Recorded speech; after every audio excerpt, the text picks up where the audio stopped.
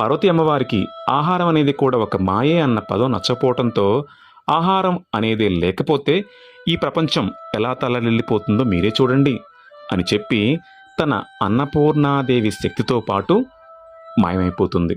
అంతే, ఒక్కసారిగా భూమి మీద నదులు ఎండిపోయి చెట్లు రాలిపోయి ఆహారం అనేది లేకపోవటంతో సాధారణ మానవులు దేవదేవతలతో పాటు ఆకలికి పరమేశ్వరుడు కూడా ఇబ్బంది పడే పరిస్థితి వస్తుంది. అయితే అదే సమయంలో పార్వతీదేవి కాశీపట్నంలో అన్నపూర్ణాదేవిగా మారి ఆకలితో తప్పించిపోతున్న వాళ్ళందరికీ 3 పూట్ల ఆహారాన్ని పెడుతూ ఉంటుంది. అప్పుడే ఆహారం ఆకలి మాయ కాదు అని అర్థం చేసుకున్న పరమేశ్వరుడు ఆకలితో అన్నపూర్ణాదేవి ముందు చేతిలో ఒక పాత్రను పట్టుకొని నుంచుంటారు.